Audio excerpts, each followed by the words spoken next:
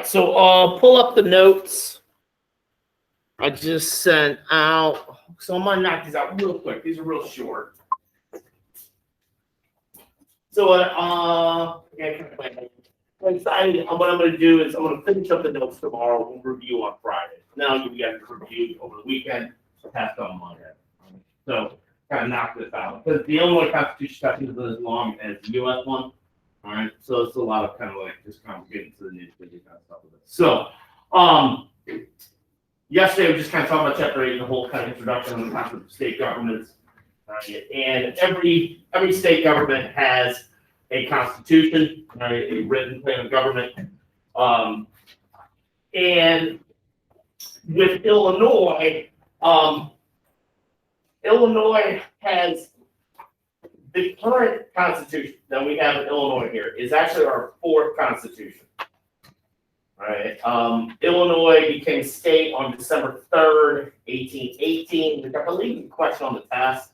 Just 1818, right? We kind of talked about that. But since then, there have been 4 conventions.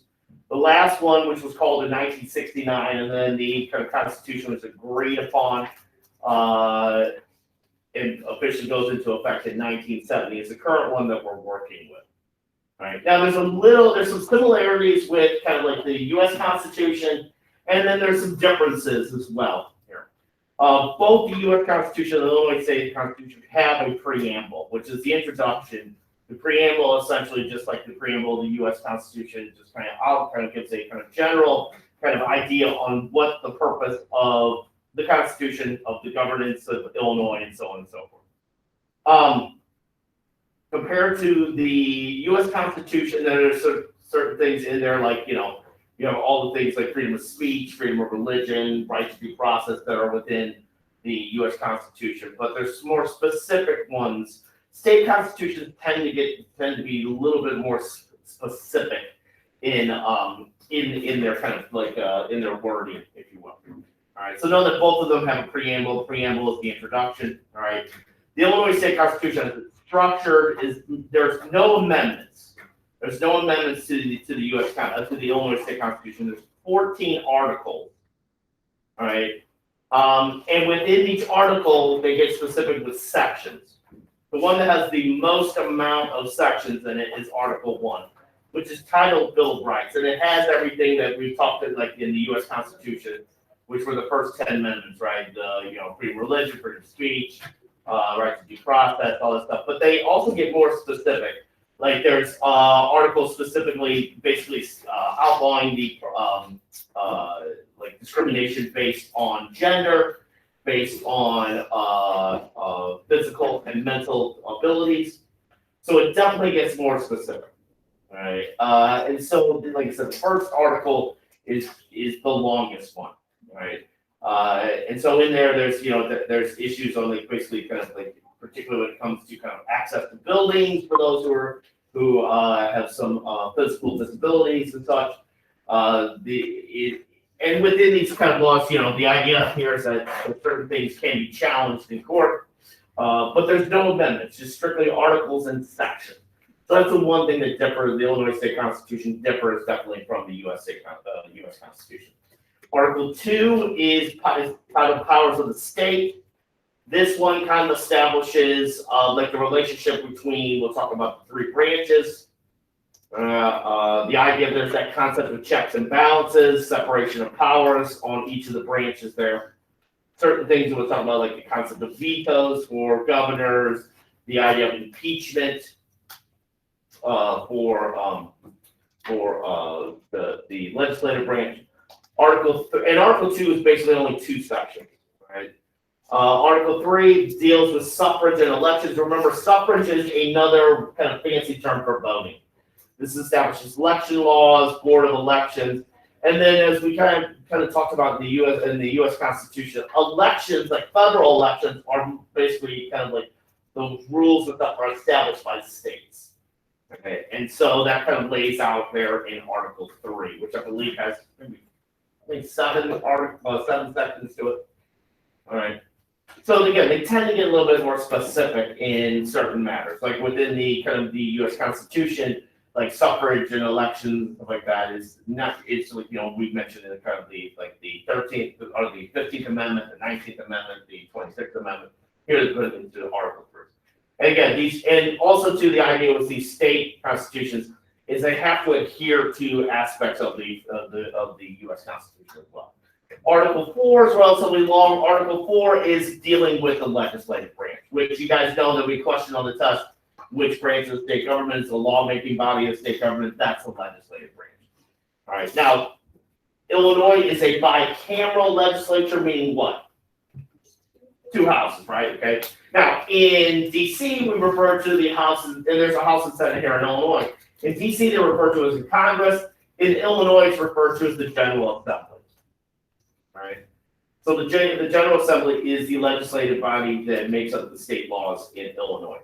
As you guys know, and there's a question on the test that everybody should know that the capital of Illinois is Springfield. Now, there's a question, I believe, on the Illinois Constitution test. How many capitals, including Springfield, has Illinois had in its history? 3, right? It was Kaskaskia was the first one, which is only like a year. Then Vandalia, then Springfield, which is the current one. All right. So the General Assembly meets in Springfield.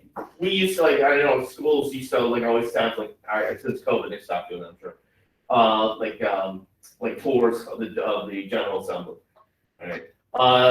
If you ever go to Springfield, you may see this. It's basically in downtown Springfield. That's the capital, right? The General Assembly.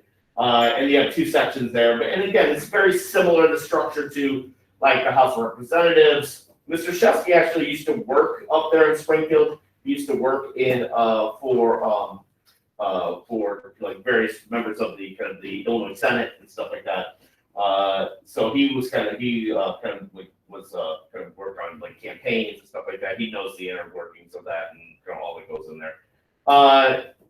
Illinois House of Representatives, there's 118 members to Illinois House of Representatives. All right. So these are these numbers that you just have to memorize. So essentially there's 118 members of the House of Representatives. They each serve for a 2-year term of office. So like the House of Representatives in DC, they're every 2 years are up for re-election. Generally, with that, the whole same idea is you're not going to have an entire 118 members essentially be replaced all at once. It's a possibility. Qualifications, you got to be 21 years old to serve in the Illinois House of Representatives, a resident of the district that you represent, and a U.S. citizen. Those are just simply the qualifications for that. All right. So, a lot of cases, a lot of people that serve in, Barack Obama, before he became a U.S. senator, served in the Illinois Senate as well, and then in state government. All right. The Senate has 59 senators. So basically, the whole idea is you essentially take 59 times 2. Right, to get so you have 59 districts, and they divide each of the senatorial districts in half to create the representative districts. These are a 4-year term of office. So members of House of Representatives 2, Senate 4. Same qualifications as House, 21 years old.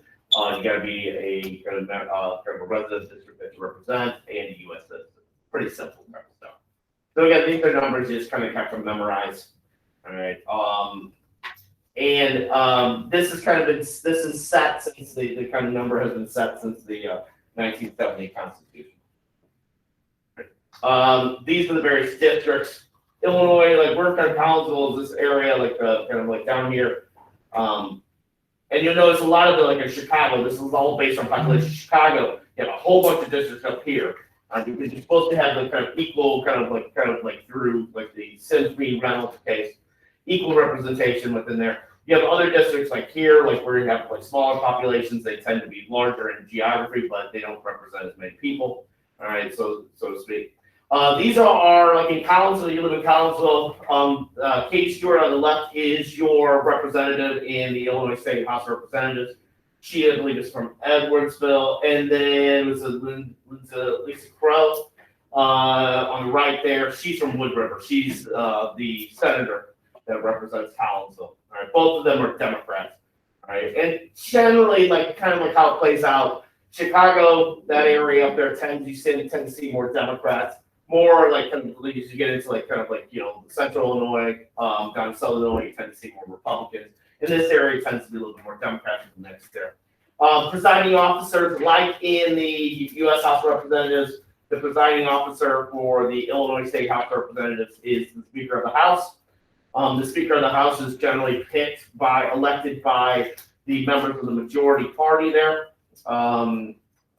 Both the House and Senate are majority or Democrat.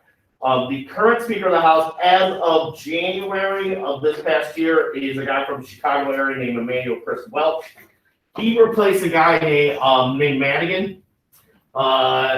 Madigan was the longest serving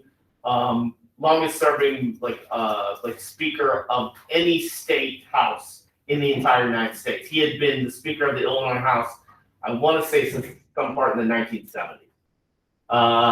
Madigan he's kind of engaged in a kind of a case in which he may be accused of bribery and stuff from a electric company. All right. So Madigan has one of the more controversial kind of figures within the Illinois state legislature. His daughter, Lisa Madigan, was at one point, I believe, she was the state treasurer for a long time. There's Chris Welch, Emmanuel Chris Welch. And then the presiding officer of the Senate is the title of the president of the Senate. Now, up until 1973, much like how we had in the U.S. Senate, the presiding officer was the lieutenant governor, like the vice president is in the United States. 1973, that changed, though. So it's just essentially a member of the majority party. Current one's another guy up by the Chicago area named Don Harmon. Okay. I think Don Harmon's been the president of the Senate about 6 years now, I think, or so. All right. So that's a little different than the kind of what we have in the kind of U.S. Senate system there. All right. Some states you have lieutenant governor as president of the Senate. Some states you will kind of like Illinois in 73. All right.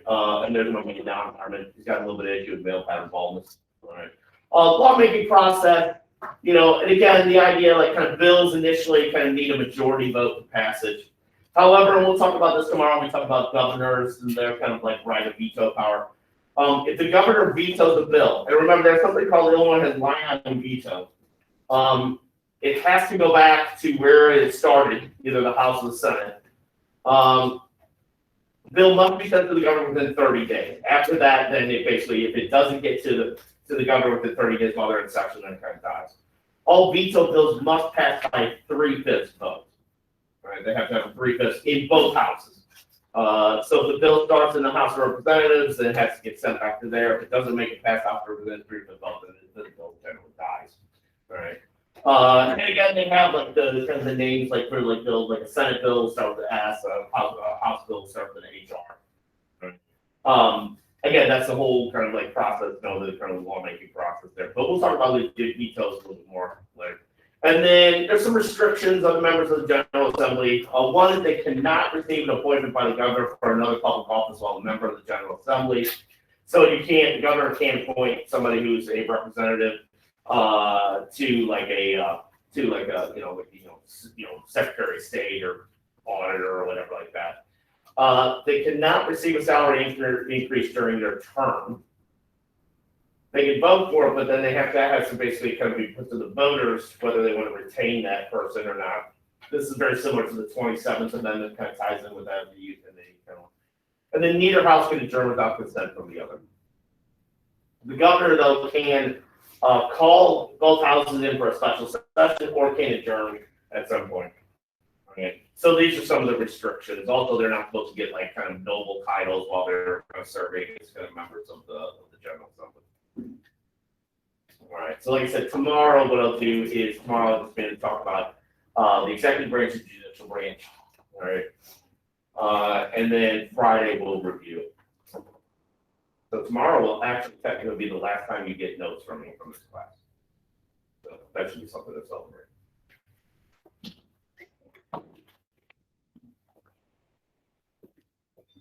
All right. You guys get the notes back home? Cool.